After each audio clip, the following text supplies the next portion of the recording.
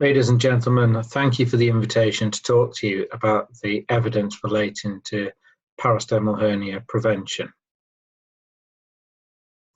These are my disclosures. I also have to state that I am funded by the National Institute for Health Research in the United Kingdom. Parastomal hernia is an incisional hernia related to an abdominal wall stoma. That was the definition that was proposed back in the 1980s by Russell Pearl, then Professor of Surgery in Chicago. Similar definitions have come over the years, but little of value has been added to other definitions that have since come forward. How common are parastomal hernias? Well, at any one point in time, it's estimated that 1 in 4 patients will have a clinically apparent parastomal hernia when you survey patients. How common they truly are depends upon how you define follow-up in terms of the duration. Most seem to occur within the first 2 years, but the risk is lifelong. And it's also about how you do your follow-up, whether it's clinical or radiological. It may also depend upon stoma type as well. Whether or not they're a problem depends upon whom you ask. Certainly if you ask patients, they will report that parastomal hernias are problematic, and only a quarter are truly asymptomatic, and up to a third may require surgery at any point in time. There are numerous things that have been purported to be important in the development of parastomal hernias, factors that relate to both the patient and to the technical factors as to how the surgery to create the stoma has been performed. The patient factors listed on the screen are well known in terms of their relationship to incisional hernia, and many overlap. The thing is, many of them are also not amenable to alteration within the time frames for which we have to operate on these patients, particularly in cases of cancer. The technical factors are under our control. And it's interesting to know that over the 60 or so years that textbooks have described how to create a stoma, that the actual technique seems to have changed very little in its representation. Things which have been looked at in perhaps most detail have been the trephine in terms of its site, size and shape, its relationship in particular to the rectus abdominis muscle and the rectus sheath, whether it is within or outside it, the size in terms of its relationship to the forces that act upon the trephine to make it increase in size over time, and the shape in terms of how forces then act on the trephine to cause it to enlarge. The challenge is that most of the data we have comes from retrospective case series that include patients that date as far back as the 1970s. And all these types of studies have quite marked bias, both selection bias, attrition bias, and of course, performance bias.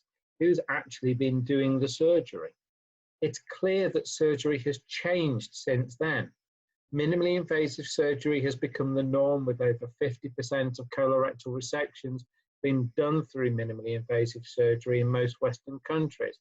We have enhanced recovery programs where patients are encouraged to mobilize early, and as a consequence, we have reduced adhesions from both of the above factors. We have little data that reflects contemporaneous colorectal practice.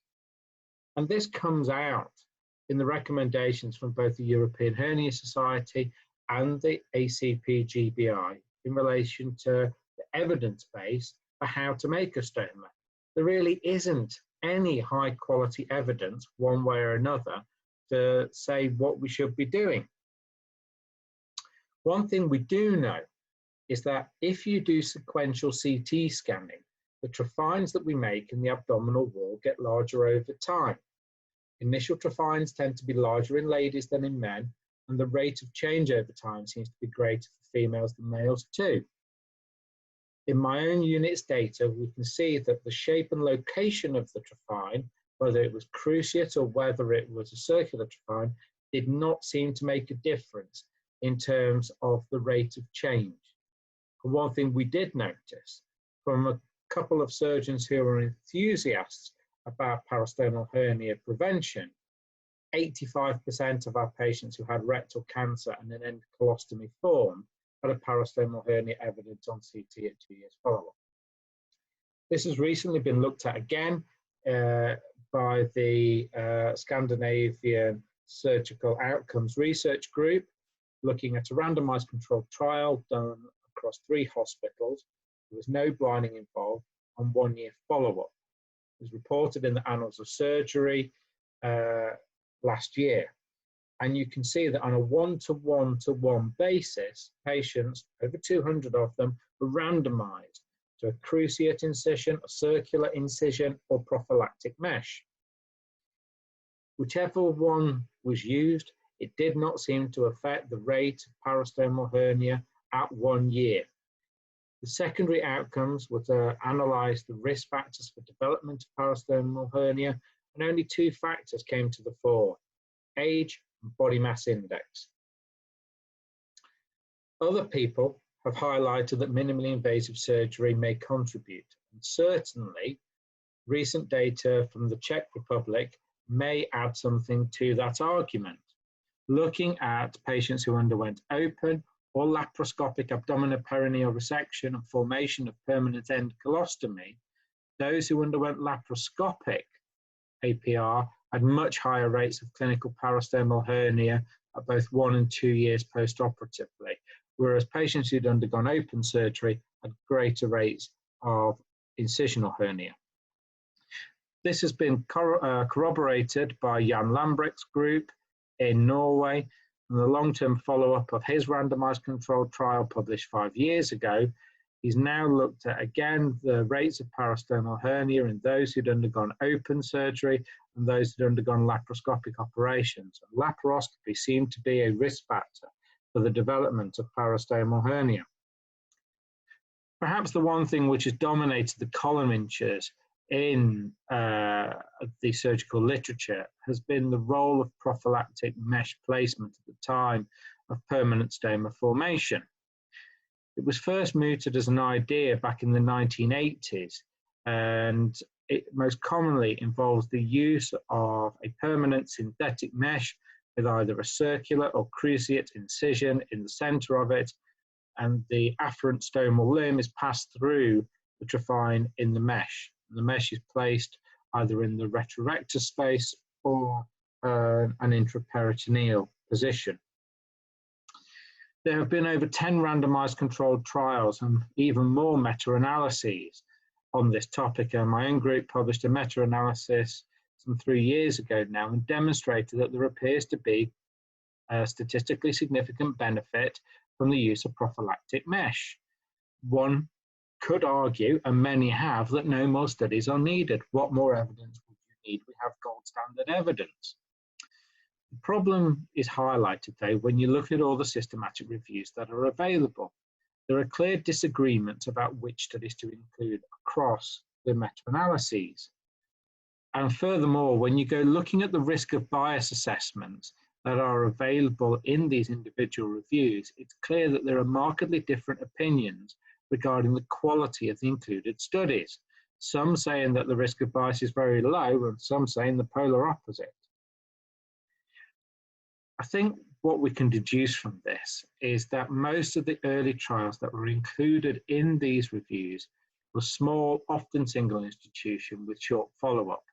The methodological quality and rigor of those studies was not of the highest level. Many of the outcomes that were measured weren't really appropriate, and there's clear evidence of underreporting of harm. However, when we ask the societies what their thoughts are on the use of prophylactic mesh, we find divergence. The European Hernia Society says that the quality of evidence is very high and the recommendations for its use are strong. However, the ACP-GBI takes a more moderate approach in terms of its assessment of the quality of evidence and offers only a weak recommendation. Cochrane reviewed exactly the same data again and found it to be of low quality evidence in terms of favouring prophylactic mesh. However, since those reviews were performed, new trials have come to the fore, most notably the stoma mesh trial from Sweden with 8 hospitals with double blinding and 1 year's follow-up, both clinical and CT. Over 200 patients were randomized to either no mesh placement or mesh placement in the retrorector space. At 1 year, there is no difference between those with or without mesh in terms of clinically judged hernia, parastomal bulging, or the classification of hernias noted on CT scan. We'd also seen last year at the European Society of Coloproctology meeting in Vienna, the presentation of the GRECR7 trial by Michel Grudon, which demonstrated on clinical follow-up at 2 years, there was no benefit from prophylactic mesh placement. And similarly, there was no difference between mesh and non-mesh groups in terms of radiological follow-up. So unsurprisingly, there is skepticism regarding whether mesh actually does anything significant. Part of the issue is that over time, as tissue grows in to meshes, we know that the pores between the fibers contract, and as that happens, the hole in the center of the mesh gets larger. It's a somewhat counterintuitive proposition, but we know it happens from observation. And certainly when you look at registry-based studies, like this one from Denmark, published in Colorectal Disease in 2017, we can see that over time, patients who've had prophylactic mesh placed do still get parastomal hernias and parastomal bulging, albeit somewhat delayed. Certainly, early adopter nations like Denmark and Sweden had units that would report their own experience of the use of prophylactic mesh and retrospectively look to see whether it had made any difference or not. And the answer seemed to be no. What has come out more recently, though, is the evidence from the Finnish randomized controlled trial that was published in PCR earlier this year. And you can see that the long-term follow-up is interesting. Again, in this trial, there was no difference in the incidence of parastomal hernia between mesh and non-mesh groups.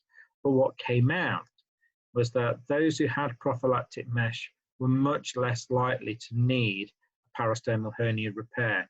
And those that did need a parastomal hernia repair developed the need for that surgery much further down the line from their index operation than the non-mesh group.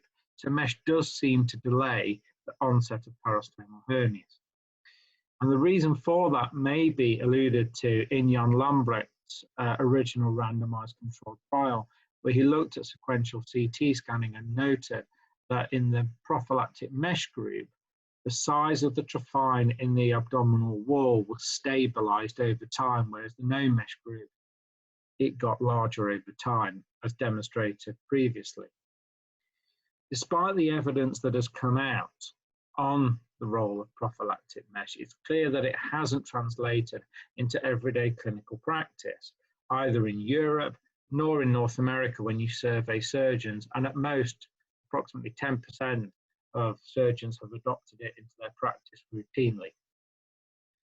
There are still clearly some questions to try and answer regarding the role of mesh, types, location in the abdominal wall, and the way in which stomas are formed. And the UK CIPHER study is intended to look at some of those issues with the outcomes of incidence of symptomatic and radiological parastomal hernia at a minimum of 2-year follow-up, correlated all the key technical surgical steps during stoma formation.